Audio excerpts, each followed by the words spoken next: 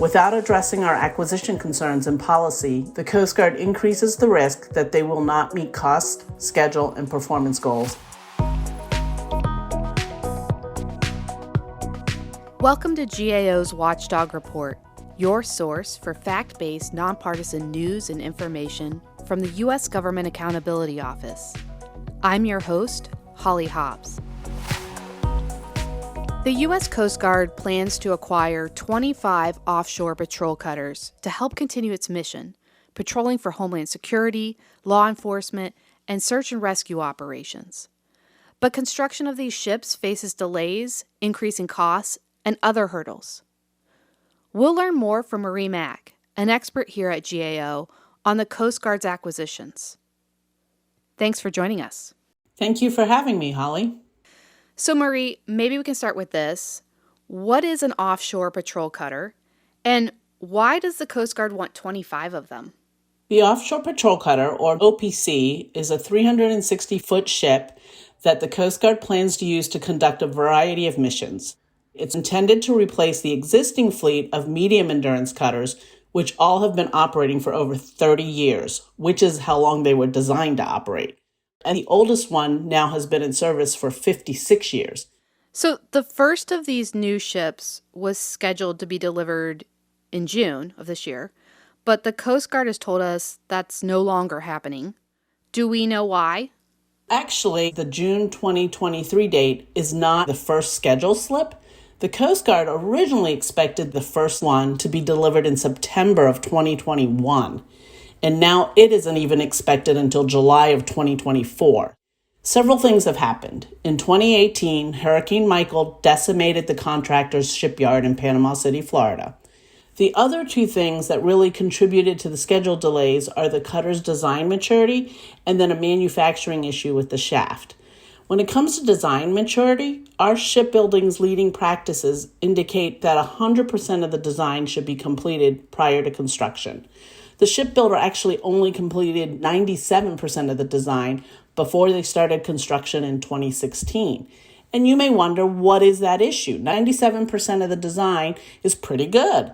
Well, the problem is that 3% is super critical, since it included key parts of the design like heating and air conditioning, piping, electrical wires, and all those span multiple compartments throughout the ship.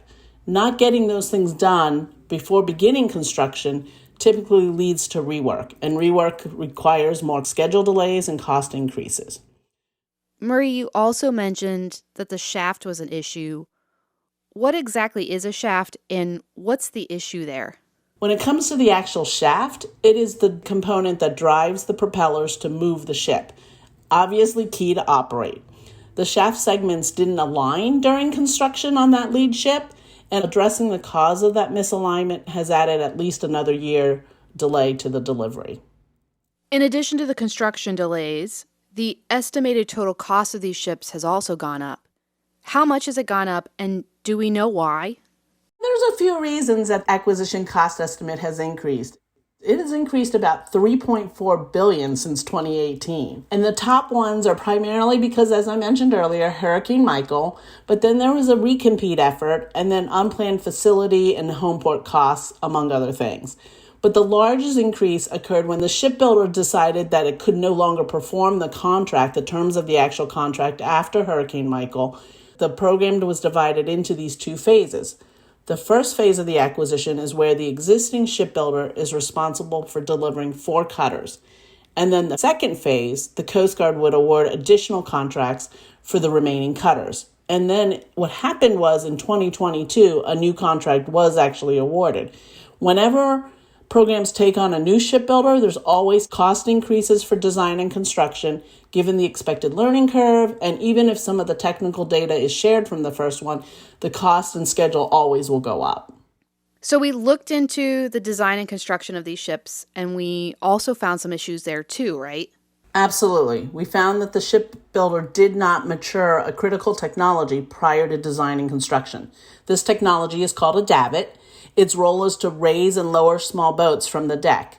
This is a system that already exists on some Coast Guard cutters and is available commercially. But the OPC shipbuilder decided to go with a novel design that has not been tested or demonstrated. The Coast Guard and the shipbuilder should have ensured that they completed development before moving forward with design and construction, which they didn't. Maturing technology is another shipbuilding leading practice. When we don't mature critical technologies, programs face significant cost and schedule risk. So the Coast Guard is waiting on these new ships while it's also trying to decommission the old ones. Does it have a plan to do that? Yeah, the Coast Guard actually has a decommissioning schedule, and it's for those medium endurance cutters that I said are really beyond their operational stage. But that schedule changes routinely based on the condition of each vessel, the maintenance cycles, and the cost of maintenance. The Coast Guard also has to weigh these factors with the delivery schedule of the OPCs, so a lot of moving parts to say the least.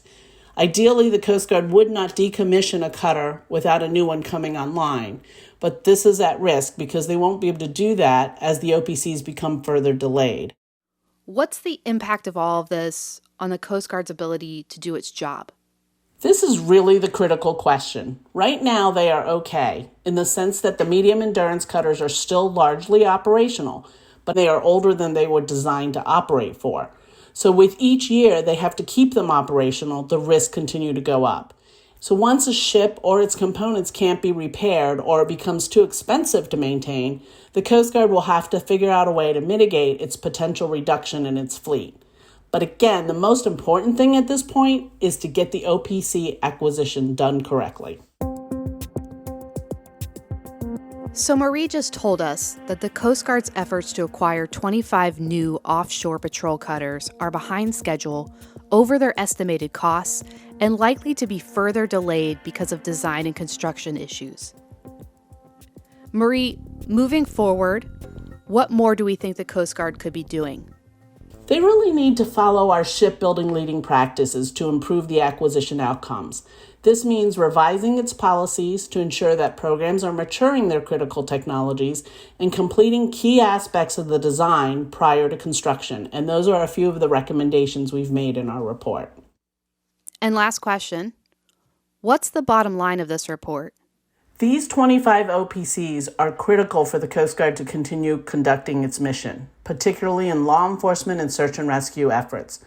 Without addressing our acquisition concerns in policy and in execution of the program, the Coast Guard increases the risk that they will not meet cost, schedule, and performance goals, and ultimately not have the necessary cutters to meet mission requirements.